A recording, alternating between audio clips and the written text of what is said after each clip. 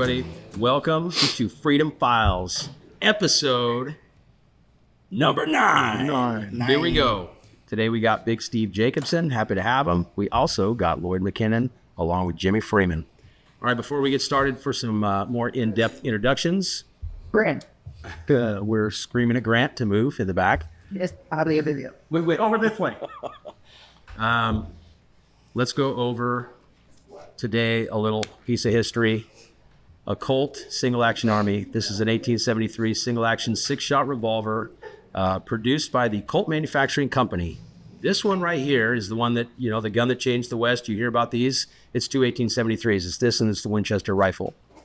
There were so many of these produced. They're still being produced today by Colt. Italian companies like Uberti and Cimarron, they make like replicated versions of them that are pretty much to spec. This one I've actually got some Colt paperwork on. So if you've got yourself an original Colt like this one was in 3220 or 32 WCF, a traditional caliber back in the day. It was shipped in March 18th of 1905 to St. Louis, Missouri, to the Simmons Hardware Company. So if you're interested in getting this, you can come talk to me. I can help you to authenticate your Colt through Colt, or you can actually do it through Colt yourself. You just go to Colt.com and go to the archives department. There's only 2 guys that do this, and they'll do it up for you. It's about $150 to $250 to get the archive paperwork. That's actually nice pistol. Yeah, very nice pistol, very cool. Still works, smooth as butter. Yeah, it's a. Oh, listen to that. Yeah, listen to that. Jesus, nice click. All right, so there's my show and tell for today. Man, that's an amazing piece of history right there. It is. It's really cool. You know, a little known fact about that right there. Winchester, the Colt, they're made the same place I was, Connecticut. Look at that. Yeah, look at that. Special guest today for a reason. You need to get yourself a letter. I got to get all that. Well, my birth certificate. Your birth certificate will authenticate you. New Haven, just like Winchester. All right, I want to talk a little bit about Big Steve. Steve was in the United States Marine Corps. Hoorah! He is and he has been a cop. He's a competing powerlifter at an age where most men in America have weight issues, diabetes, and health risks. Steve's managed to keep an admirable health practice and a physique of envy. And he's done all this with daily challenges that everyone else has. So let's talk a little bit about you, bro. Tell me a little bit about yourself. So I just want to thank you, Fred, for the opportunity to be here, and thank the panel for having me. It's a privilege and an honor to be down here. Dude, that's our privilege to be here, brother. Yeah, absolutely. Thank you. I wouldn't be remiss if I didn't have my USMC shirt with my Eagle Golden Anchor right there. So come down to visit Fred Firearms right here, Marine Corps proud. I love it. So I was raised here in Oakdale, spent most of my life here in Oakdale. Still live in Oakdale. I went to work right out of the police academy for the city of Waterford. Left Waterford, came here to the Oakdale Police Department, spent a few years in our Oakdale PD, and then went to Modesto PD. Spent a few years there at Modesto PD, and then I was recruited to go to the district attorney's office.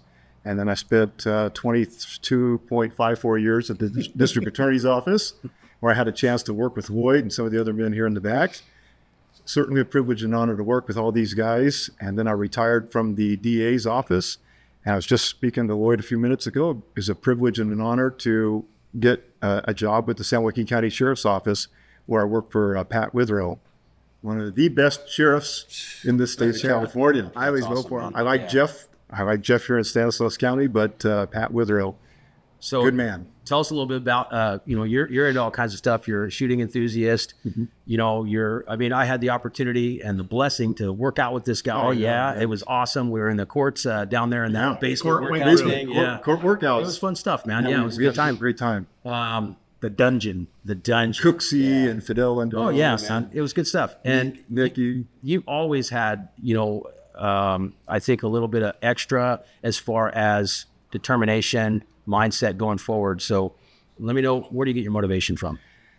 Boy, that's a big question, a loaded question on motivation. The way that I look at it is that motivation kind of goes hand in hand with discipline. Although if you lack or your motivation's wavering, sometimes your discipline will pull you through. So when I think about motivation, I try to remain and stay disciplined as much as I can. And that's what kind of motivates me, is being self-disciplined. So I always remember those that are less fortunate, those people that can't do what we do, and some of some of our comrades that we had in the Marine Corps that didn't make it back or got wounded and whatnot.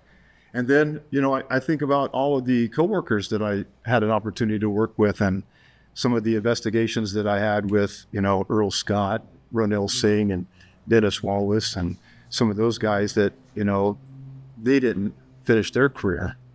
And so I'm inspired by these guys, and I'm inspired by a lot of the guys that I still work with. And there's not a day that goes by that I don't think about a lot of those guys, that we served with, and a lot of the guys that, we served with in law enforcement here in this county, and their families and whatnot. Valid motivation right there. And it's pretty. And, I just, I go back to the very basics of life, Fred. I know that I didn't create myself. And if I did, I would have created myself to be about 6'4", about 300 pounds, never needing to eat, never needing to sleep, always, just a big stud, basically. So I know I got that part down. No, I wished. So I know that because I didn't create myself, that somebody had to create me. Right. I had to be created. I had to have a creator. And if somebody created me, then there was a purpose. And there was a need for me to be created. Mm-hmm. You stop to think about how many people that we have in this world now. We have 8 to 10 billion people. Yeah. So I was created, but yet there's 8 to 10 billion people already here. So there had to have been a purpose. And if I was created with a purpose, then there's somebody that needs me. I'm not the one that needs to be needy, but somebody needs me. Mm-hmm. And so I need to have a purpose, and I need to be needed. And I have found that purpose in my life, and I've found that there is somebody that needs me. The good Lord needs me. My family needs me. And so that keeps me motivated. And that's my inspiration, is just going down to the very basics. The very basics. And whether the community knows it or not, they need you too. And I appreciate that. Yeah, they do too. I appreciate that. You're here for a reason. You've honed yourself, and you've put yourself into these places, and the powers that be have put you where you are, and then you maximized on them. Yeah, Amen. Thank you. I love that. Have the good Lord's grace on that. So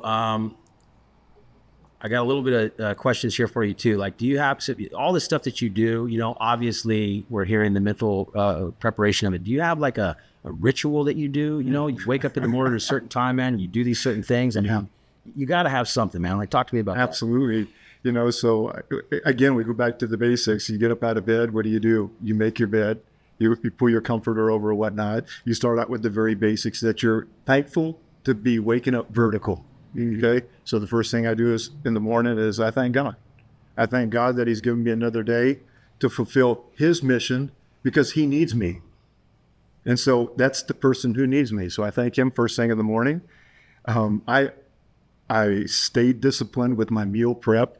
So I get all my meal preps done so that I have my meals throughout the day, no matter where I'm at. If I'm out on a call somewhere, or we're chasing a bad guy, even in another city outside of San Joaquin County, I always have my food with me. Ready to eat. I'm ready to eat. There you go, man. So I keep my nutrition in check.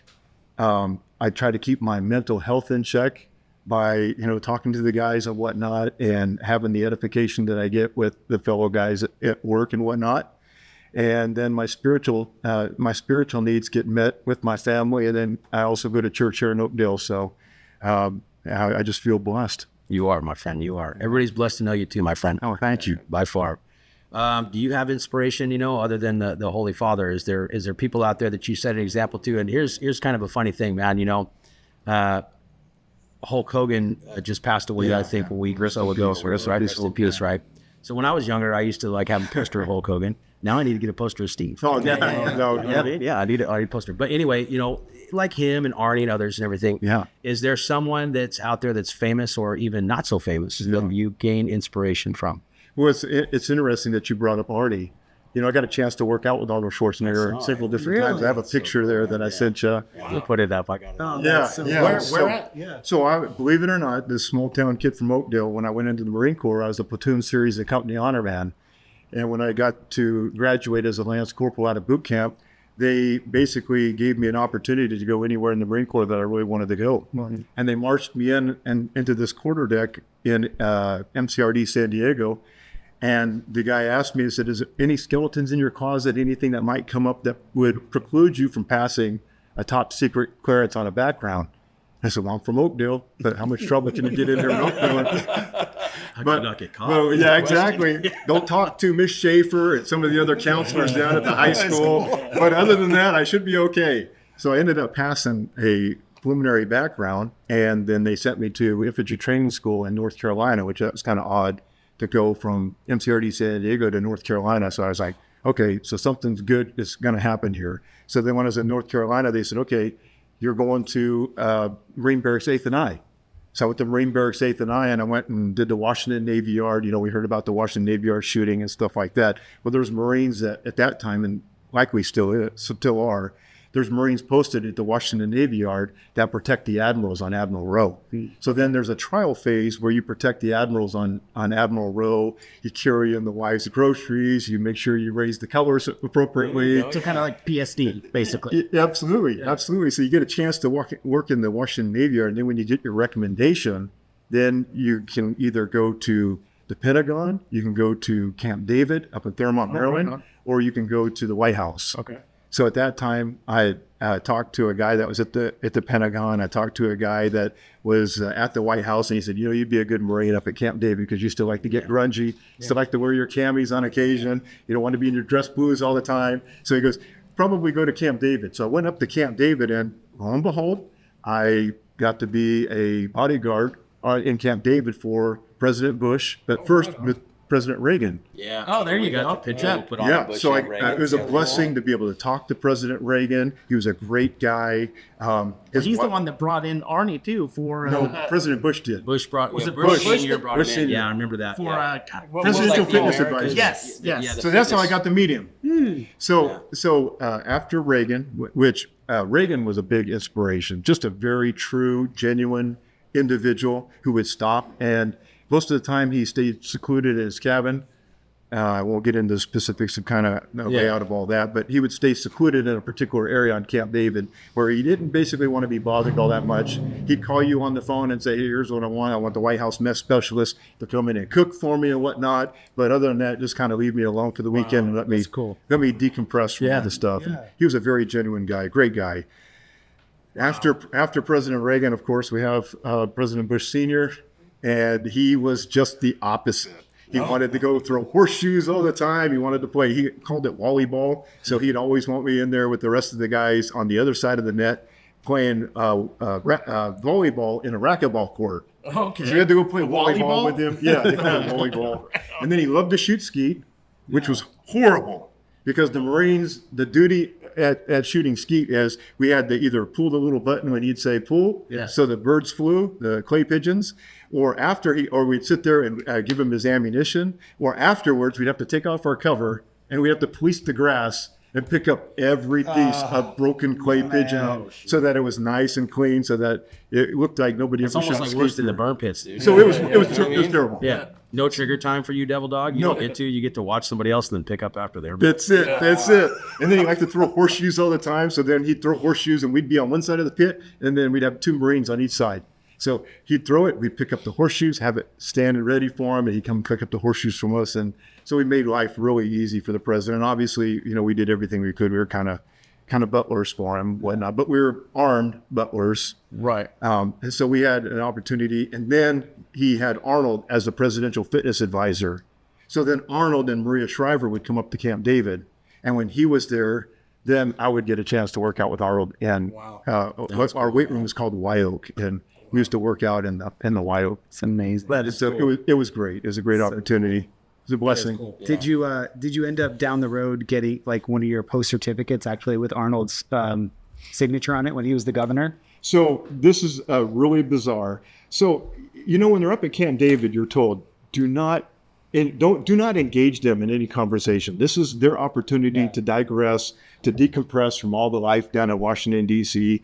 Don't talk to them. If they speak to you, then obviously talk back, answer their questions or whatnot, but do not engage them. And Be there, but be there, invisible. Be there. You're visible, but don't be there. Yeah.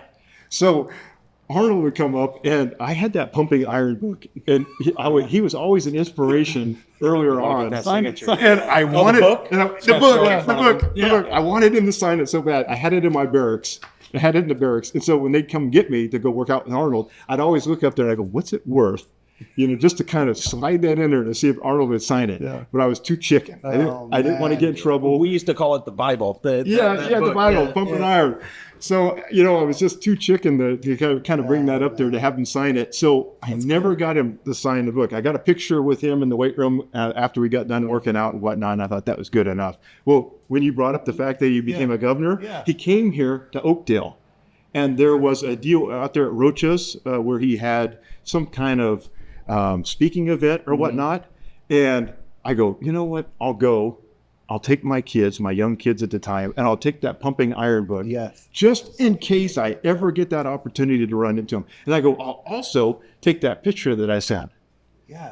And I'll just say, hey, you probably don't remember me because you ran across a lot of guys and a lot of different times, but I was that Marine that he made fun of my calves one time. Oh, shit.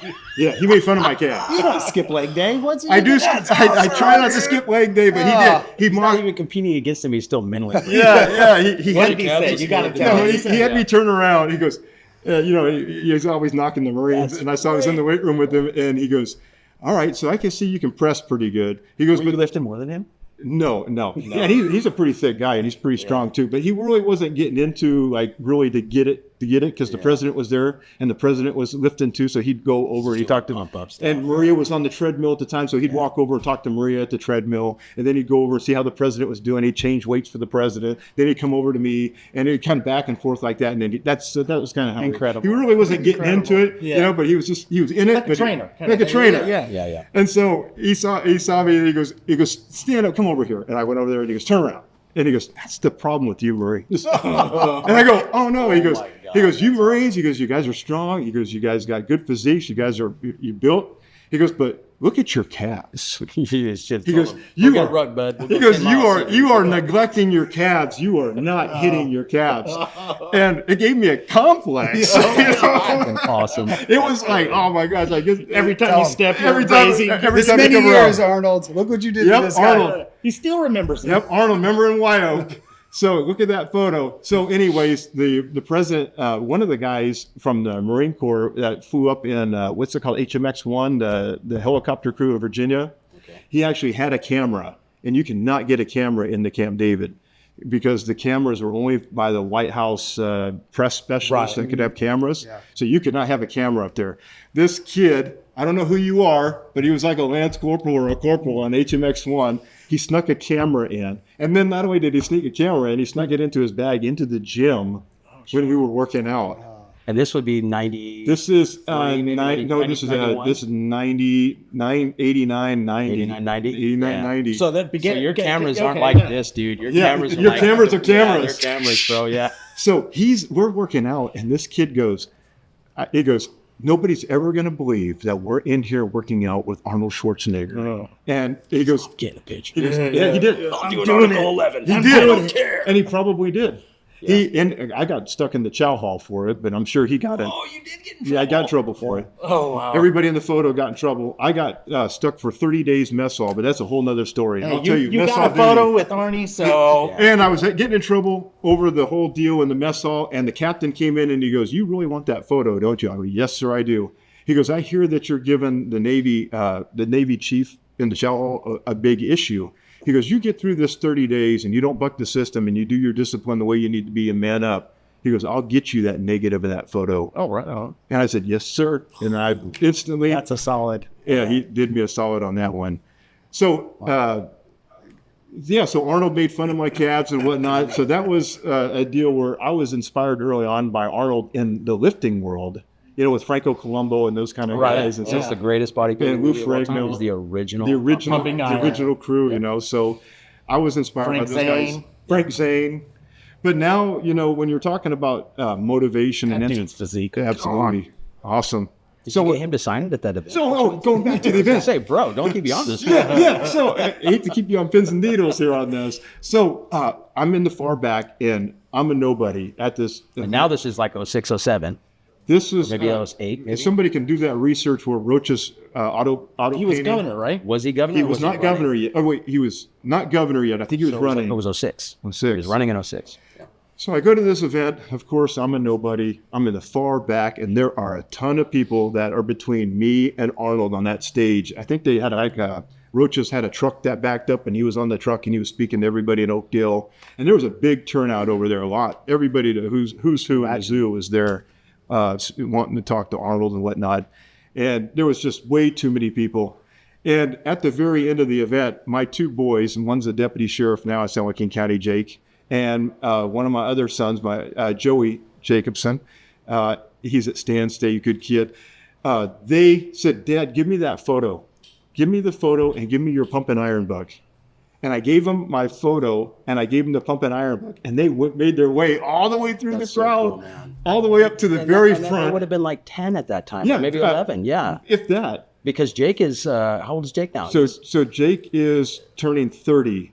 oh, dude, Oh, wow. yeah, okay, so they would have been so Like teens, early teens, or early, maybe early. even then. Yeah, yeah. So that's they so cool, man. they make their way all the way to the very front of the stage with my photograph, with the pumping iron book, and they get up to the very front, and Arnold stops and he addresses my two boys, and they show him the photo, and he goes, and they gave him the book, and he goes, and he signed my book. Nice. Yeah, I was even there and I got goosebumps. That's incredible. So I still have the Pump and Iron book by Arnold, and it's signed by him, and it was just a blessing. It was really ironic that, here I worked out with him. We were up at Camp David, all the way on the other side of the United States, late and 80s, then early boom, 90s, he's back in your hometown, hometown. back in That's Oakdale, so cool, man. and Right on. and he finishes the book. Purpose, meant to 15 be. year Purpose run meant to to get be. these things. Yeah, you got both of them. What a That's blessing. so awesome. So, Now you just anyways, got to make a shrine with it both put up there. yeah, absolutely. So, anyways, Arnold was a big inspiration, lifting weights and whatnot. And I would say that almost on a weekly, if not a weekly, maybe a bi-weekly or a monthly basis, there is something that somebody does that inspires me. Yeah, Okay, You're pulling So it. it's not it's not maybe a particular person anymore, like Arnold or whatnot, but. Lloyd, you guys will relate to this. In law enforcement, sometimes we see the gutter walls. Man, we see the worst in humanity out there. Sometimes they're knocking on your window. They're wanting you to run them for warrants because they need to get medical at the jail, and just the low lives of just people that just can't get their crap together. Whatnot. Mostly have mental health issues or are addicted to dope or whatnot. They're in the trenches. The Stockton PD guy that back there would recognize, when we're talking about the Mormon Slough and some of the trenches that we have in Stockton, just the gutter walls. Well, yeah, that's a part of the job that we deal with. But what a lot of people don't know about, our profession, Fred, is that we come across some of the best of humanity, and it never makes the news. No. And you know why it never makes the news? Because it doesn't sell. Horrible stuff. sells. And That's not right. only that, but these people that do these great, generous acts, most of the time they don't want to be recognized. True, yeah. Right. We just recognized a guy not too long ago who jumped into a river to save this Mexican guy, jumped into this river after saving a person, goes back to save another person and drowns. Okay? Not too many people know about that. No. Not too many people know about when loved ones die. There are people that show up at the crime scene that don't even know these people. And what do? They're dropping off flowers. They're asking, hey, can we drop off food for the family? Right. So we see the worst in humanity, but then again, we turn around and we see those kind of people, and it is inspirational to see Yeah, those just people. that little bit Just that of, little of bit. goodness can The goodness. last you through all the BS. Absolutely. Yeah. Or you see, with lifting, or you see some of our sports events where sometimes there's people that were not blessed to have, arms or legs or whatnot. And what are they're still out getting it. But they are. They're still out getting it. Well, that's the real challenge right there, right? Is there's genetics that are involved with everything, but it's that I don't care if you have genetics or not. The real challenge is making yourself a Superman by your mind. Yep. You meet a lot of people like that in the law enforcement field that I've got a lot of people that inspire me. There's a lot of people in this room that do that. And you look at it's that extra mile. It's that little, or not even a mile. It's that extra inch that's taken, that people are willing or they're not willing to put forward. Absolutely. Hey, I also want to ask you, being in San Joaquin now, you did a lot of years as well investigating with DA. I always like to talk about CCWs and guns on this because it's, kind of our relevant issue that we go for the firearm store and our subject. How are CCW stuff? I'm always trying to get statistics from people out in the field. Mm-hmm. We hear a lot of stuff from the Attorney General in California and our governor that vilify CCW carrying. Yeah, that's and make it unfortunate. very, very difficult for the public. What's your opinion as a seasoned law enforcement officer on CCW carrying? And then I'll let you go on that. And then I've got some questions if you've ever come across any instances. Yeah. So my personal belief, and it's interesting that you bring that question up because I was just talking to Lloyd before we went on camera, and I was talking about Lloyd's neighbor, who is a sergeant that works on our ag team, Sergeant Dan Levine for the San Joaquin County Sheriff's Office. And we were just talking a couple of weeks ago about some of our rural crimes and some of the investigations that we have to do outside of the city, to where we go to basically kind of no man's land sometimes, where we're out dealing with farmers who get agricultural equipment stolen or whatnot. And we always tell ourselves, yeah, the guys can come from the city to help back us up if something happens out there, but we're so fortunate and glad that we have a lot of farmers and a lot of ranchers and just a lot of good people in general out in the East County or South or North County that are CCW holders or have weapons that are available to them on their property or whatnot to be able to be that 12th person on the field for us. So we always appreciate people that have good firearms training, that know how to safely operate a firearm, and would be there for us if necessary to have to get involved in something with us. Yeah. So we always appreciate it in San Joaquin County. I love hearing that. And I think it would be a huge benefit if at the state level and the staff that is for the states. And I know when you look at state troopers, most of the CHP guys, they're all for it as well. So when you look at the guys that are actually in the field that touch base on this, the majority of them, or at least the people that I come across, are for it. I've talked to a few cops, and even upstairs, there's a couple of investigators that are solely on the CCW side now, and that's all they do, that have said that they have run across a few people that have abused it. Absolutely. Yeah. So, I mean, that's out there. Yep. But I think the majority is, it's refreshing to hear actual law enforcement say, hey, we're happy to have it out there. And I wish that at the state level, I wish our Attorney General and his staff would recognize that. Yeah. Especially as a sheriff's deputy out in the rural areas, you come across it. I know I have in my career. I'm sure Jimmy has. I'm not ashamed to say that I had a farmer 10, 11 me before, and I Absolutely. Oh yeah. gun on him. I mean, that's huge, man. It is. All right. They're well trained. Yes. They obviously back the blue with their Yeah, foremost. you can go back there. That's fine. So, They're our 12th person. Yeah, they are. They're They our are. 12th person They in the are. field out there for us. They really are.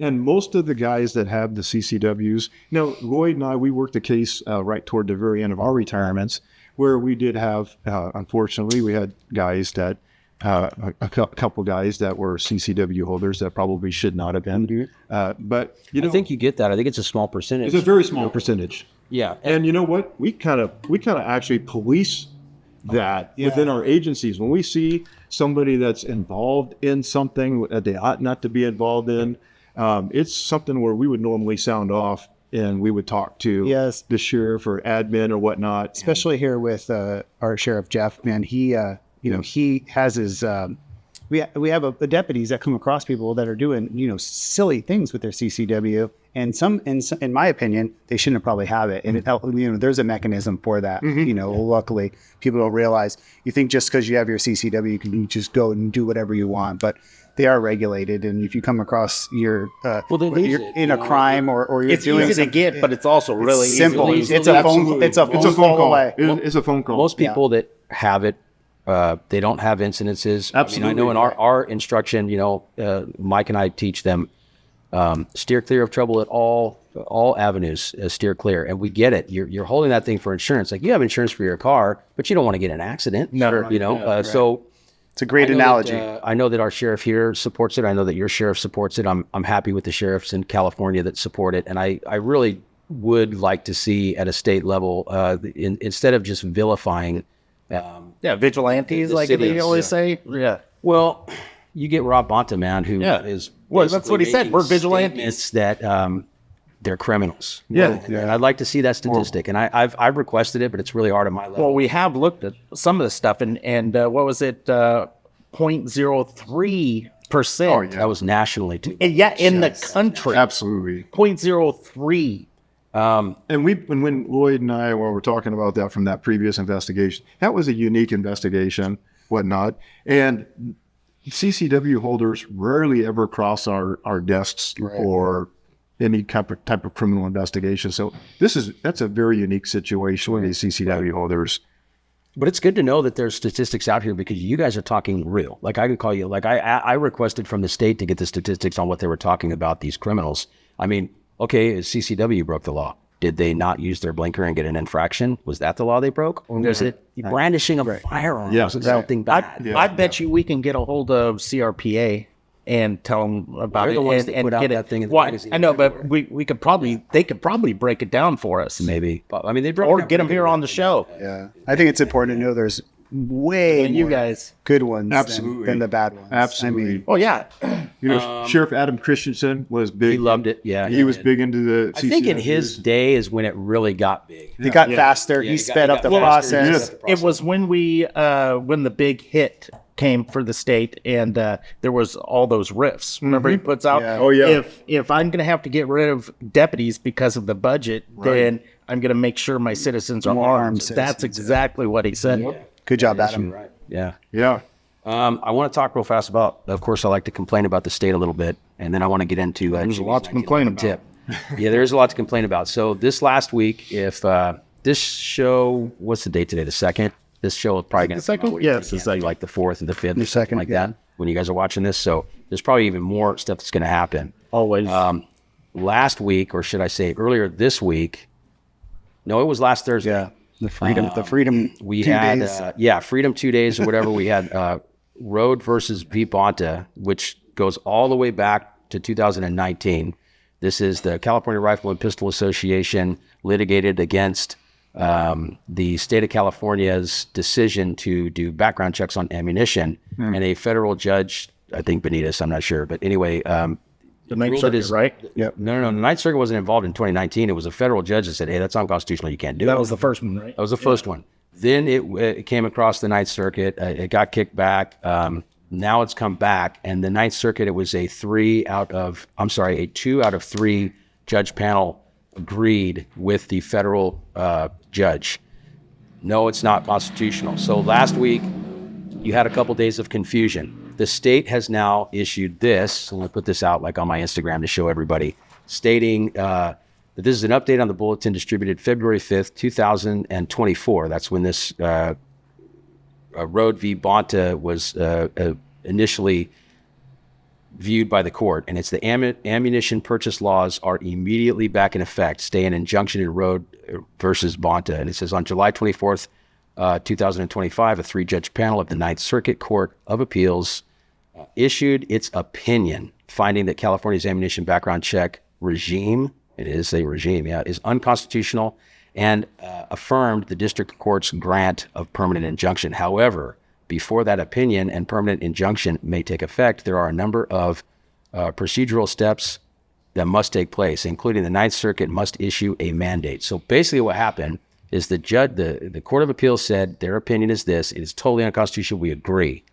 And now the state of California is saying, well, that's just an opinion, so we are going to come back. And they're going to do this thing called an en banc, which is basically they're going to get more judges on there, a full panel. Yeah, so that's yeah, coming. yeah. In the meantime, I mean, the state is saying you still have to go through this. So It's just funny to let how they everybody said know- regime also in there.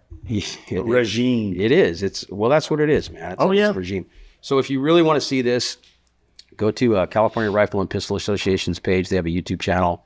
Their attorneys kind of break it down. It's like a 16-minute video. It's very educational. But to simplify it, yes, it's unconstitutional. However, the state of California is fighting against the Constitution, as it always does. Yeah. They don't care. So the question that I have on something like that, Fred, and you guys would know this best working in the shop or whatnot, is during that period of time in which the law was valid and whatnot, and you were doing these background checks, was it effective in any way? Well, that's what I don't see that so out on the it- street. It's definitely I, effective. I'm dealing making with guys them more where money. Yeah, it's effective. I'm dealing with making them guys more that Doing what they say guys that that it you're does? dealing with, No, it's Steve, not. and the guys that you're dealing with, the criminals do not follow they're not going any to of these laws. They do not come in. They're not going to go to Bass Pro. No, they're You know? no. yeah. So I appreciate the fact that they're trying to say it's for public safety, but those are the statistics that I requested from the state. They're not getting Has it it from the store. indeed minimized gun crimes and ammunition-based crimes in the state No. of California? No. It hasn't done No. it. No way. And they can't do it because It's a money grab. it's a money grab. It's in order to support more and more state employees. And I'm all for those people that work for the state, get their money for the state. Oh, yeah. But here's the deal: $5 for an ammunition charge. There you have an 11% excise tax. Right. Give it a break, man. Yeah. I mean, And he's calling it a syntax. and it's already called a syntax. it is. Bonta and Newsom came out in 23 when it got approved. And they get all this money, and and the state keeps going under, Where's it going? big Where's the run, money big going? run. Yeah. They're mismanaging it. More and more taxation. So Well, I'm It's kind going of to all those social programs, and a results guy. I want to see the results on these things. You know, there is no. and I want to see. I'll tell you the results. Are there any results in that? Are they helping? Are these laws helping us protect our community? this is my idea. Are they helping this me? is what I don't get think the any. results I are. don't get any feedback on it. I want to compare the ammunition taxation and the 11% taxation to the funding of the homeless in California. Yeah. That's what I want to compare it to. And here's why. What's the result that we've had in the last 10 years on homeless? Oh, It's terrible. It's just gotten worse. where did that money go? Quintupled the Somebody budget. got rich. Billions of dollars. Where There's did all that these money agencies. go? And it's just so they can, the result is to just hire another government employee or the war on drugs. Oh, let's go on drugs and let's hire all these people to deal with drugs and mental therapists and everything else. Well, the drug problem is getting Well, it's a facade. That's all it is. It's a facade. It's so they can It's an continue to act. hire more Yeah. government. So personnel. I watch the mainstream media on occasion, and God, that drives me nuts. And I see, like, for instance, there's this story that's out there right now where there was this guy who was overstayed his visa, but he's a full-time law enforcement somewhere back in the Northeast. So they hired him even though he overstayed his visa, but it wasn't caught until he went to purchase a firearm. That's weird. And then they said, oh, he can't, he's a prohibited person from on the federal side but because he's a he's cop, an illegal alien, basically overstayed his visa. But he was working as a law enforcement officer. So I don't know, I don't remember where the town was or what the state was, but it was somewhere back in the Northeast. So I could see where Mayberry or that something. that fact that he tried to purchase a firearm created a red flag that ended up finding out that this person had no status here in the country, and then they wanted to move on that. But where is the results for the ammunition purchases? There is. Is there any results that I have been able to see? or the drop or- test. What's the result that the drop test Well, is actually keeping? What about people the safe? microstamper? Remember that? The microstamp. Because they Oh, were trying By to the way, push that. our boy Arnie was responsible for that. Yeah, no he really kidding. was. Yes, he was. signed Yes, it in. and He the did. and the drop test, all that. Was he? He's the one that started that. No, I think that was started prior to Arnie, and he just approved a lot of it. But he was 'Cause the it wasn't one where going on actually- before that. The microstamping came in 2007, and it was introduced, and then he did review it, and he approved. Yeah, the microstamping. That was the biggest right, Arnie. sham Still love in the you. world. Still love you, Arnie. Arnie, if somebody would have came and talked to you personally, I know who you Well, are. I've talked with you before. I know you are a reasonable man, Off list, guys. and you would have likely did the right thing on that. It was people talking in his ear. Yeah. You know, this is good. This is good. This is good. Be careful who Yeah, you put it's around BS. you, Arnie, and the rest of you politicians. Get it from the horse's mouth. Come down to the streets. But yeah, we're just talking. Yeah, talk to your cops. dealers. How about that? Absolutely. Talk to cops. Yeah. You want to shift gears and go over some 1911 tips? Sure. We'll go over a real quick thing. I see a lot of videos of people wanting to like polish the slides or their frames and stuff. And one thing I do see, what I see a lot of and you don't want, is when they're trying to like polish it or sand it, which it actually is. You'll look at it and there'll be like waves in it. So there's a way you're supposed to do it. It's and Anthony will put a impose thing on there. What, you got it? A video of the Yeah, like in the corner over here. You care? Like and subscribe. Yeah. So when you're doing it, you want like a block. This one right here, I got it from Harrison Design. It's actually really easy to use. It has these plates of screws, and it's recessed here so you can wrap the sandpaper around. But there's two ways to do it. If you actually try to sand your slide, most of the time, like 1911 slide, you'll see it. They're not true. They're not true. So there'll be like ripples in it. You will notice it when you sand it. When it gets shiny, you could see it more. Well, yeah. Say if it's like blued or Cerakote or whatever, and you run it across it, you'll see highs and lows. A lot of them. And that's just not true. So it just depends on what you want. A lot of times what I'll do is before I start cutting it or customizing it and make my, cuts on the slide, I will make sure that it's true. Loose ends? And then that means just the whole slide or frame is flat. No ripples, no highs and low spots. But if you're not going to do anything like that, you want to polish or you want to re-blue it, the best way to do that is, one, you want to get like a foam pad on the underside. So what that does is when you go across it, it will ride with those highs and lows. like right so away. so to get it all at the same, you won't see like it'll be a bright spot where the high is and then a dull spot where the low is. When you put a pad in there, it hits it all at the same time. And then when you're doing it, you want to make sure you go slow, because the faster you go, you'll start to wave. And what you'll see a lot of times is when someone's getting towards the end and they want to pull off, they'll either pull off to the right or the left. You want to keep it straight out. Keep going, or you don't want to dip or anything like that. And what that will do, it will keep those serrations or those lines straight. Yeah, instead of waving. Yeah. Good tip, brother. Good tip, man. You guys, Because you don't want it looking like shit. You don't want to look janky. Yeah. anybody got anything else, man? Before we wrap it up, we've been going for about 30 minutes. Was there something? No, I can't remember now. I was going to ask something, but now I can't remember. Steve, you guys good? Thank you. All right, man. Well, I'm so glad. Thank to you, have Steve, on, for brother. coming. Thank you so so much much. for coming. Thank you brother. for having Yeah, me. Thanks for having me. Great Yeah, time. yeah, absolutely. And stay tuned, everybody. Please like and subscribe, and we'll see you episode 10. Cool.